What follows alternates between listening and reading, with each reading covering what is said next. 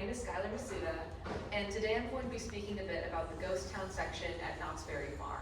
And I just want to get a show of hands. Who here has been to Knott's Berry Farm? That tracks. That makes a lot of sense. I would assume that most people here have visited Knott's Berry Farm, as it's a piece of California history and also a piece of Western history, with the buildings at the Knott's Berry Farm ghost town representing both a combination of historical and modern recreations. And if you were to visit Knott's Berry Farm sometime in the 1960s, you could purchase a ticket for the Calico mine train, and before even entering the ride, you'd be offered a vision of the American West on the back of your beautifully printed ticket. So I'm going to read this out loud very briefly because I think that it's important to understand exactly what this vision would have been. But as it's noted, when you walk up the mountain path to board the Calico mine train, you are following in the footsteps of Pete Sluicebox McGee and his widow Mildred, who stumbled upon the Calico mountain in 1882. And here's the back of the ticket.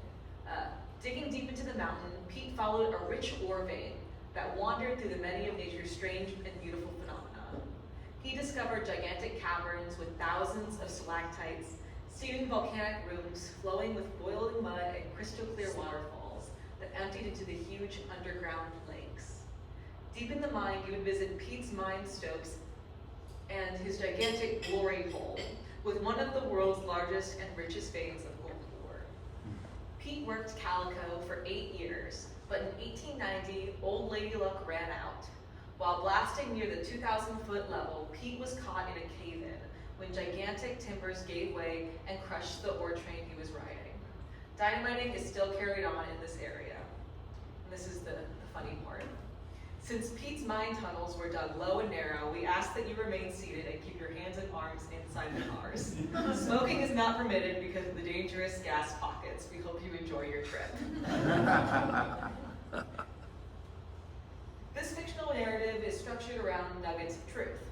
While unfortunately Sluicebox McGee didn't discover gigantic caves with thousands of stalactites and boiling mud, prospectors did find rich ore veins in the Calico Mountains of the Mojave Desert in the early 1880s.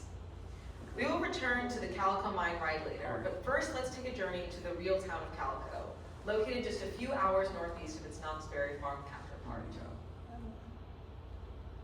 As the story goes, in April of 1881, 4 prospectors found silver in the calico-colored mountains of the Mojave Desert. Between Yermo and Barstow was a silver deposit that drew thousands to the silver town in the following decades.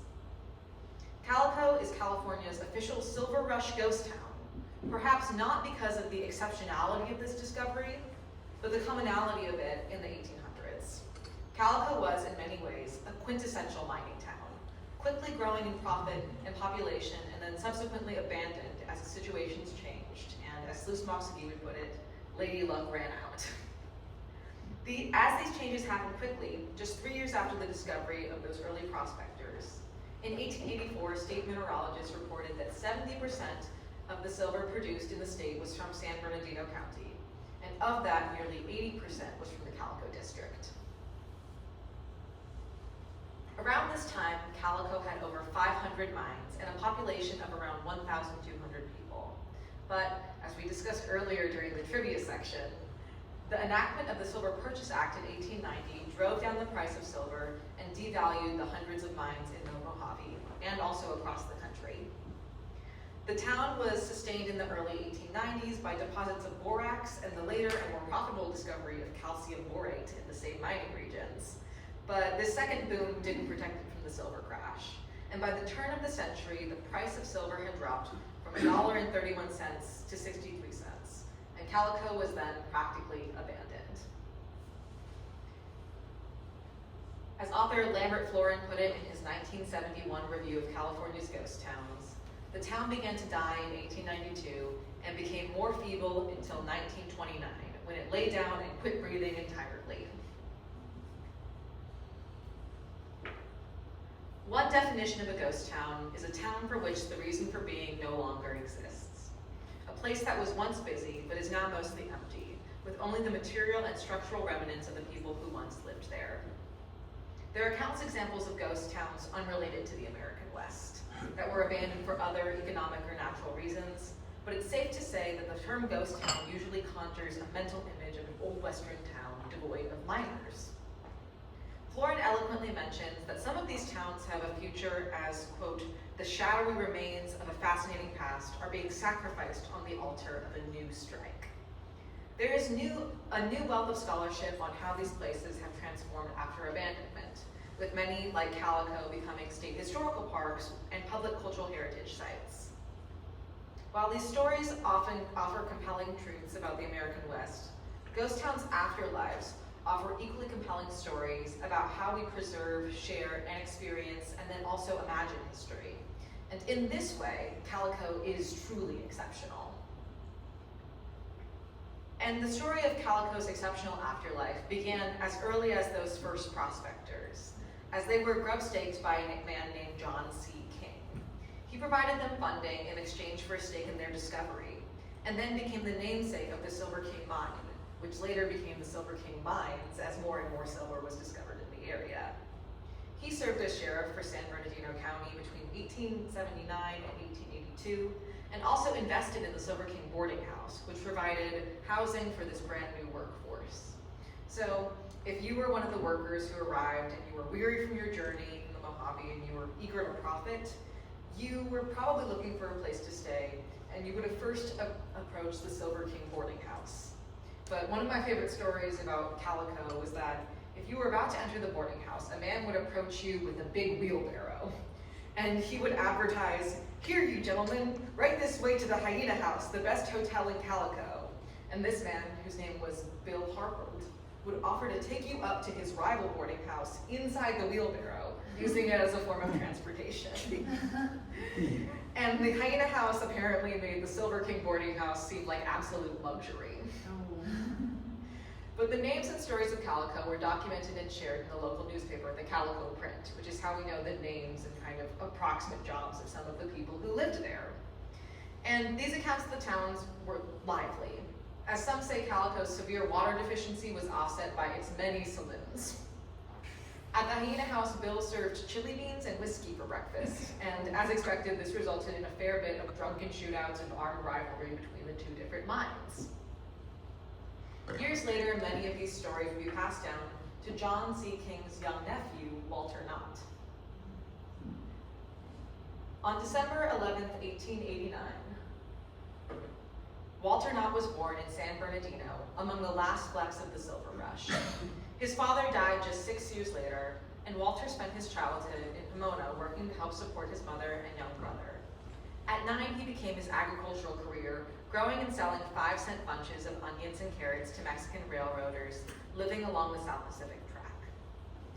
It was around this time that his grandmother, Rosamond, moved in. By his own account, this is where Walter Knott first fell in love with the fantastical Old West, through his grandmother's stories. Her stories, some from her own life and some fictional, all likely dramatized for her 2 young grandsons, painted an image of the past that was full of adventure and intrigue. Some of these were informed by her childhood coming westward in a covered wagon, but others may have been inspired by his uncle's involvement at Calico. Years later, Walter would visit the town of Calico himself. After his marriage to Cordelia, in 1911, at the birth of their first child, Virginia, he moved the family out to the Mojave. And this is, sorry, before this photo, this is much later, but they had a homestead around 25 miles east of Barstow. And these years were difficult for the family as food and funding were particularly scarce. And after many unsuccessful farming attempts, Walter found a steady job in the desert in 1950. He actually worked as a carpenter for a company with these grand aspirations of reviving a sawmill in Calico. As World War I was raging and silver had shot up in value, suddenly Calico was more interesting than ever before. This didn't go very well, but Walter stayed with other workers in a cramped one-room bunkhouse. He described in interviews escaping his cramped accommodations through night walks around the town, which had been abandoned for around 20 years. The decaying saloons, offices, and schoolhouses all activated his imagination and drew him back to those stories from his grandmother and his uncle. But this photo here is why Walter Knott gained his notoriety. his work as a carpenter on this ill-advised mining project, and not even really for his agricultural work, but for his contribution to Southern California's entertainment landscape in the mid-20th century. In 1920, he went into partnership with his cousin Jim Preston to farm 20 acres of land in Buena Park. Preston was older and brought with him many years of experience as a berry farmer. Still, the first few years were hard. With a family to feed, Walter was desperate to sell his berries to passing motorists on Grand Avenue. First, Preston and Knott began growing and selling young berries, which were a hybrid between dewberries and blackberries. But it wasn't until Jim Preston left their partnership that Walter Knott encountered the experimental berries that would gain him his fame, the berries of Rudolph Boysen. Struggling against the tide of the Great Depression, Mr. Boysen's berries were a life raft for Walter and Cordelia and their now 4 children. And growing and selling these berries was a family affair, and Cordelia perhaps played the greatest role in the growing popularity of the berry farm. This was after multiple expansions of their small roadside berry attraction, where people could come in, not only order these individual berries or berries by the pound, but they could get berries in jams and in jellies and also in pies, which is how Knott's Berry Farm actually became most popular along the interstate. People would stop in for Cordelia's pies in her tea room. In 1934, just as Walter was introducing the boysenberry, Cordelia was expanding the tea room to a full-on roadside restaurant, serving these giant fried chicken dinners.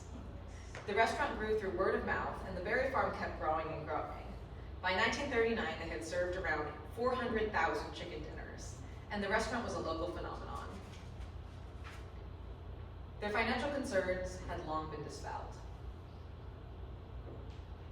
In the late 1930s, a series of curio displays had popped up around the chicken dinner restaurant.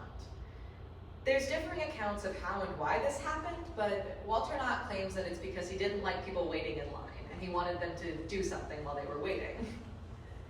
This period is not well documented, but we know for sure that Walter Knott built this fake volcano to hide an unsightly standpipe outside of the farm. So you can see here we have the crank in the front to power the volcano, and in the back this giant rock formation that was being used to hide the plumbing. Other attractions included an old stagecoach, a rock display, a rock garden, and a recreation of a fireplace from George Washington's home at Mount Vernon. No one has an explanation for that, he just really wanted to do that. The inspiration for these may have come from Walter and Cordelia's 1915 trip to San Francisco's World's Fair, which was full of similar curiosities. Most importantly, they saw a cyclorama depicting Canadian life. A cyclorama is a curved and painted diorama, and Walter Knott, of course, was not interested in making one about Canadian life. Instead, he hired painter Paul von Kleban to paint a tribute to American pioneers. Paul von Kleban was born in Germany in 1891, but moved to the US at 22, working as a commercial artist in Chicago, Detroit, and finally in Los Angeles. In the 1930s, he was primarily a portrait painter for the Hollywood elite, although according to this news article, he didn't seem particularly enchanted with Hollywood. This says, painter of film queens doesn't want to wed one.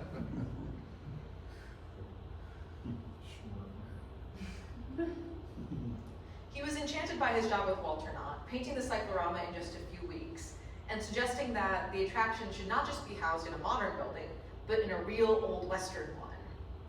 So Walter Knott used his newfound berry money and bought the Gold Trails Hotel. It originally came from the ghost town of Bumblebee, outside of Prescott, Arizona, and it was constructed in 1868 and then moved to Buena Park in 1940. Entering the old building in the 1940s, visitors would feel like they had stepped back in time.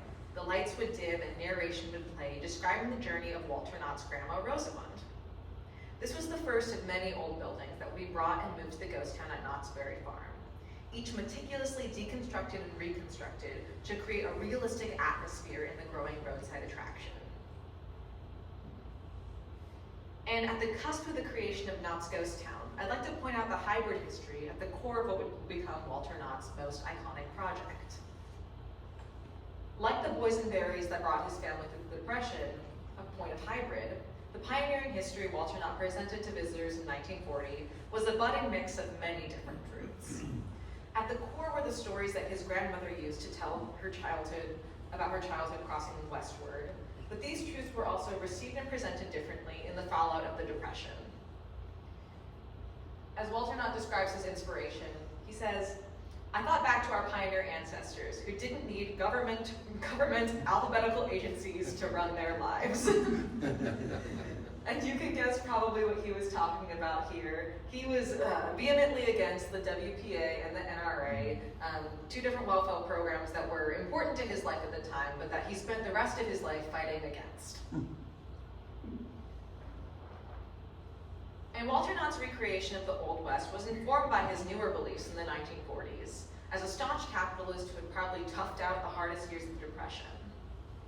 I'm fascinated by how the Gold Trails Hotel, once a real building, was then recontextualized into this argument, mixing both with his grandmother's stories of the West, his own experiences walking around a dilapidated old Western town, and then also his newer beliefs about what pioneering meant to him.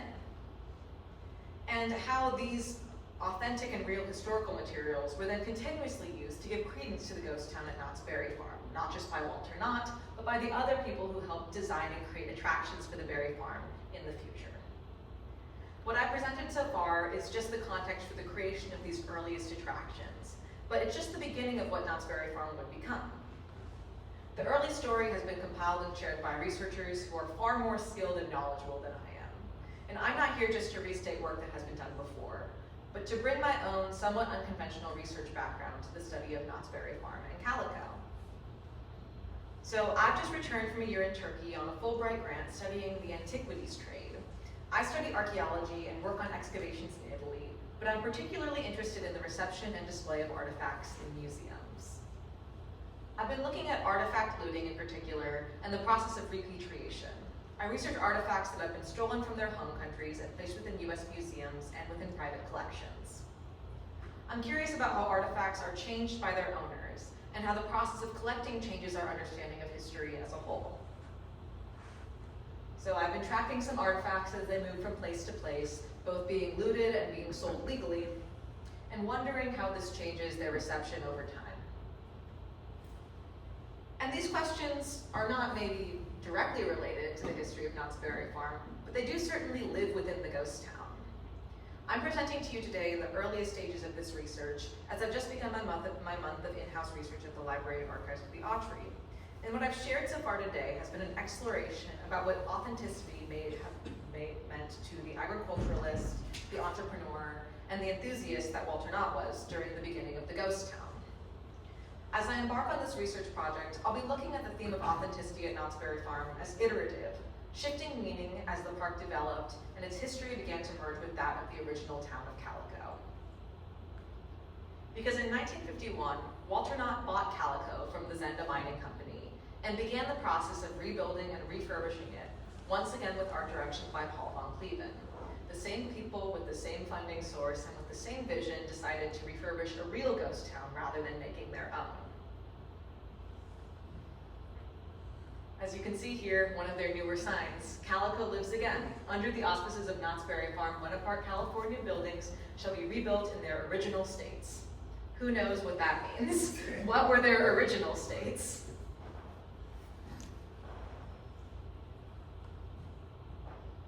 And this is where it really gets complicated, because the similarities only strengthened as the attractions of Knott's Berry Farm started to adopt the name and the history of Calico itself. Over the years, the theme of authenticity also grew to not only mean authentic to the American West, but authentic to those early days of the Berry Farm. Tracking authenticity at Knott's Berry Farm means not just looking at preserving what the Old West was, but what the Old West meant to someone like Walter Knott back in the 1940s, 50s, and 60s. So this has come up very recently because Knott's Berry Farm hit his centennial anniversary in 2020, which meant that it has long outlived the town of Calico in its real prime. And as major refurbishments were made to some of the park's oldest attractions, including the Calico Mine Ride, we're wondering what is being preserved here and for what audience, with what message. So going forward, I'm looking to learn more about the history of each building in the ghost town, where they were removed from, and what pieces of these original buildings were made after decades of refurbishment. I'm also interested I'm also interested specifically in the history of the Calico mine ride in 1960. Exactly how did an old mine become the inspiration for an amusement attraction? I'm open to any suggestions you all have as I set out on this research journey, and I'm looking forward to keeping you all updated along the way. Thank you.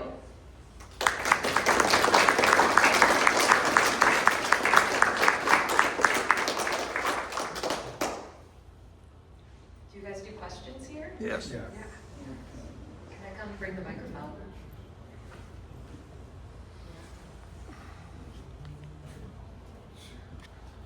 Did you encounter the collection of Phil Burgandy? You can answer the mic, or I'll just go it out. Yes, I did. It was one of the main sources of inspiration for this project, which is one of the reasons why I'm so excited to be here today. Tell the story. Well, I'll tell it.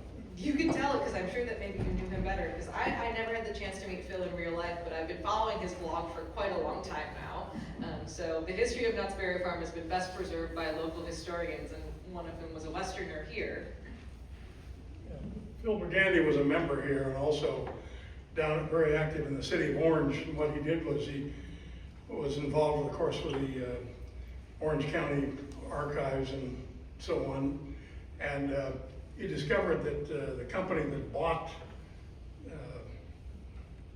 the company went back to Minnesota.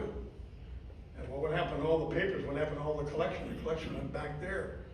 Well, he became a crusader for that and went back to Minnesota and convinced them that that archive belonged here in Orange County. And they finally made a deal, and at his own expense also, to a great deal in the very beginning. It came west. It's now in Orange County. He died, incidentally, about 5 years ago. Yeah, I'm so sad I never got to meet him, but truly, like, his work is the backbone of this project and has allowed me to kind of riff off and apply my own research interests to what is now a well-researched history about the background of Ghost Town and the early years of Walter Knott. Any other questions? Suggestions also? What is the relative visitation between, say, Calico on one hand and Knott's Berry Farm on the other? Which gets more tourists throughout the Oh, year? it's not even a competition. Knott's Berry Farm sees like almost over 1 million visitors a year, and Calico is, they don't release their numbers, but I'm sure really? far Okay. fewer than that. Knott's Berry Farm is a very well-attended local amusement park. So comparing it to somewhere else like a Six Flags, Knott's Berry Farm has far more attendance. Because one of the things that Calico always impressed me with was they do all these outreach programs for reenactments, Civil War weekend, this and that, and the other thing. So you get these mobs of costumed weirdos that show up that then sort of take over the whole place for a weekend or even a week. And I can't imagine this happening at Knott's Berry. Some of the costume weirdos work at Knott's Berry Farm. Well, yeah. They're paid to do that. The guys demonstrating own safety, they're the employees. They were participants in the road parade too for a long time. More questions, more ideas. I have a question, kind of about the buildings that are moved and transported. Have you been able to find documentation about how they transported them, how much of the building was broken down while transporting, or was it just loaded up like half of the building that they could on a freight, or was it very much panel by panel? I'm trying to figure this out right now, and I've been looking into it. It seems like it was likely a process that differed by building, and because it was over the course of a few years, they maybe worked out something better. From what I figured out about like the first like Gold Trails hotel that they brought in, it seems like it was completely deconstructed and reconstructed. To what accuracy, we do not know. Here's another weird one. The rebuilding of the ghost town or the Gold Trails hotel specifically? It depends on what you consider to be the ghost town. I would think that like the 1940s construction of that covered wagon show, the diorama that I was talking about, would be the beginning of the ghost town. But some of those early attractions that he had, like the covered wagon out front and like the stagecoach and the rock collections, I guess you consider a part of the ghost town. I think that the true first themed attraction they had was the one with the full outside western facade. So that would be 1940. Yeah. So could it be, I've been to both places a very long time ago, but it could it be that the basic difference, and maybe the reason for the difference in popularity, is that, that Walter Knott was much more interested in storytelling than he was in what we would consider to be history, whereas Calico is actually, at least to some extent, a presentation of an actual artifact with all of its various interpretations. I could see that argument being made. I do think that the timeline for the construction of the buildings means that they were built very close together. I don't know if he would have had like a strange moment of focusing on history versus storytelling somewhere in the middle there. I do think that he was doing what he believed was his version of history the whole time. And what that meant for Calico is that many of the buildings that he was reconstructing were actually brand new constructions that we can see concept art of from Paul von Cleveland, which was like, they were working together throughout the entire process, and there's pretty good documentation of how and when each of these ideas came to light. One of them is like the bottle house, which if you guys have been to many ghost towns, it's kind of a staple now, but the bottle house wasn't at Calico to begin with. It was something that Paul von Cleveland came up with and decided to put in Calico. And so I don't know if you would argue that that's a reconstruction so much as a reinvention. And a barrel house also. Pseudo-history. Yeah. Pseudo-history. There's also a barrel house, they use wooden barrels. Yeah. There are those known to exist out in the hinterlands. Totally. There's like the barrel house. That was one thing. Another thing that he took directly from Knott's Berry Farm was the kind of mystery shack. There's a mystery shack located at Knott's Berry Farm that was then put in Calico as well. That was definitely not in the original mining town, because it would be crazy to have a mystery shack with crazy rooms and like theme park attractions in a ghost town. Winchester mystery. Exactly. Now, thinking of Walter Knott as a storyteller would tie right in with being a climber. Yeah, well, Because I believe he was also a member of ECV. I think it was. And if you know a bunch of the ECV people, So, love to tell the story. to what extent did, when Walt Disney gets going a dozen years after Knott's Berry Farm, is he going, well, I'm gonna do this bigger, better, weirder, more explosive? I mean, because so many of the early themes of Disneyland were almost like totally pirated, you know, Yeah. from Knott's Berry Farm. We're gonna do Old West train ride, we're gonna do this, we're gonna do that. They had a fascinating relationship, and I think that as both business rivals and also kind of personal friends, they both had an interest Oh, in really? trains. They spoke, it seems like, pretty frequently on a business level about Okay. what they were both doing, and Walt Disney Sharing certainly. victims, customers. Yeah. Walt Disney certainly stole a lot of those early Disneyland ideas from what Walter Knott was doing, Sure. just doing it on a bigger and grander scale. And there was a level of competition, but also a level of camaraderie, because as more and more tourism came to that area, it benefited both Knott's Berry Farm and Disneyland. Yeah, I don't know if they had necessarily a completely competitive relationship. It Okay. seems like they were kind of bouncing off of each other at Sure, one point, sure. and then it became pretty clear there was no competition. Disneyland definitely won out in that And battle. turned Orange County into the fantasy center of California. It did. But I am fascinated by the through line of the mine train, because I think that the mine train as an idea in amusement attraction has lived for a long time, but actually started at Knott's Berry Farm. So a lot of regional amusement parks and like giant amusement parks everywhere will have some kind of mining themed attraction. And I do think that comes from Walter Knott's personal interest in Calico, and I'm really fascinated by that. Okay, well,